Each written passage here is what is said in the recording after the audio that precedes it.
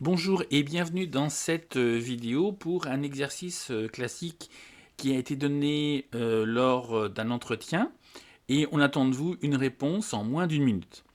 Alors, il y a une colline où il y a 1 km de montée et 1 km de descente et il y a un cycliste, eh bien, il fait la montée en moyenne à 15 km/h et en descente, eh bien, il peut aller beaucoup plus vite.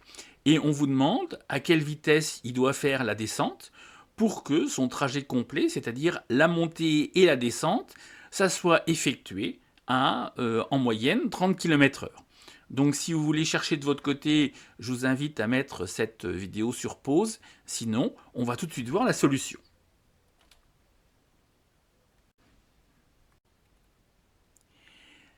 Alors, pour calculer, en fait, on a des vitesses, on a des distances et on va calculer le temps.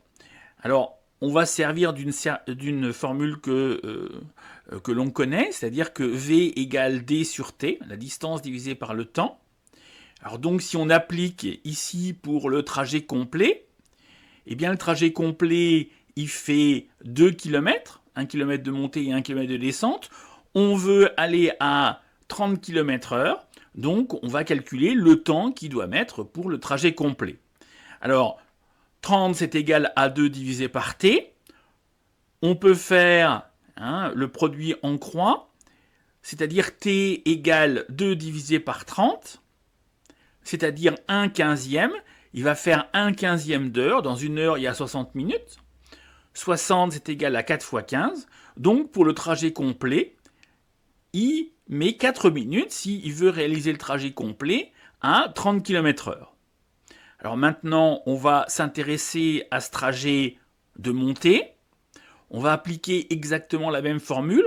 La montée, on sait qu'il l'a fait à 15 km/h et on sait qu'il y a 1 km de montée. Donc on applique cette même formule. On a 15 égale 1 sur t.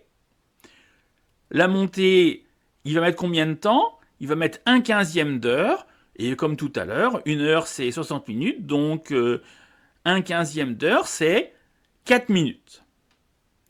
Alors, la descente doit être faite en, eh bien, si la montée est en 4 minutes et le trajet complet c'est en 4 minutes, la descente doit être effectuée en 0 minutes 0 secondes. Donc, c'est-à-dire que, en fait, il doit mettre un temps de 0 pour aller d'un point à un autre. Alors ça, c'est évidemment impossible. Donc voilà, j'espère que cette vidéo vous a plu. N'hésitez pas à me faire part de vos remarques en commentaire. Et puis on se dit à très vite pour une prochaine vidéo.